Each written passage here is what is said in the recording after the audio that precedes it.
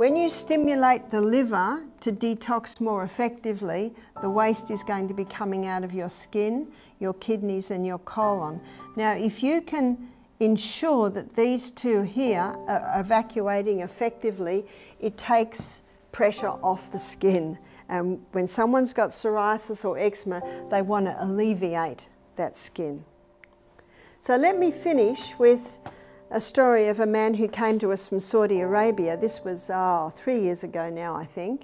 He was 40, and his story was interesting. He said that he'd had eczema, then psoriasis, since he was about 10, and he'd used cortisone most of his life. Whenever it got bad, he put cortisone on, and as he testified, as most do, it always comes back. It's not a cure. It just relieves if it's really bad. He wanted to conquer this, so he started Googling around looking at psoriasis, and he found a website called Cortisone-Induced Eczema. And he said a German doctor resides over this, and this German doctor has discovered that this cortisone that's been used so much, and most doctors will try and get you to have it very lightly because they know it's not the best cream. It certainly can bring relief, especially when it's really bad. And this German doctor said there's only one way out of this, you've got to stop it. You just got to stop applying it. He said you're going to go through living hell. Just live in a bath with sodium bicarbonate or oats in it. Some have found an oat bath relieves. It's going to be very, very bad. But he said eventually the body will get used to it. And he said he'd just gone through that. He'd just gone through 6 months of that. He said it was very, very bad. When he came to us, there were little patches of psoriasis, just little patches, and the back of his neck was like crocodile skin. It was really bad.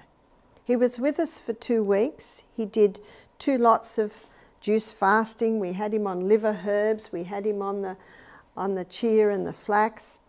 At the end of the 2 weeks, he said to me, I'm very disappointed. He said, there's no real improvement. And I said, I understand. I said, I do not think you will see a real improvement for 2 months. You've got to give your body that amount of time to get the irritants, especially these, out of the body. He emailed me exactly 6 weeks later, so that's 2 months after he stopped. He said, I cannot believe it, my skin is totally clear. He booked in, he and his wife, and came a year later, and his skin was as mine. He said, I cannot believe it. He said, my specialist told me I would never be free of this. He said, I'm free of the drugs, and I'm free of the psoriasis. He said there was another factor that we had to address.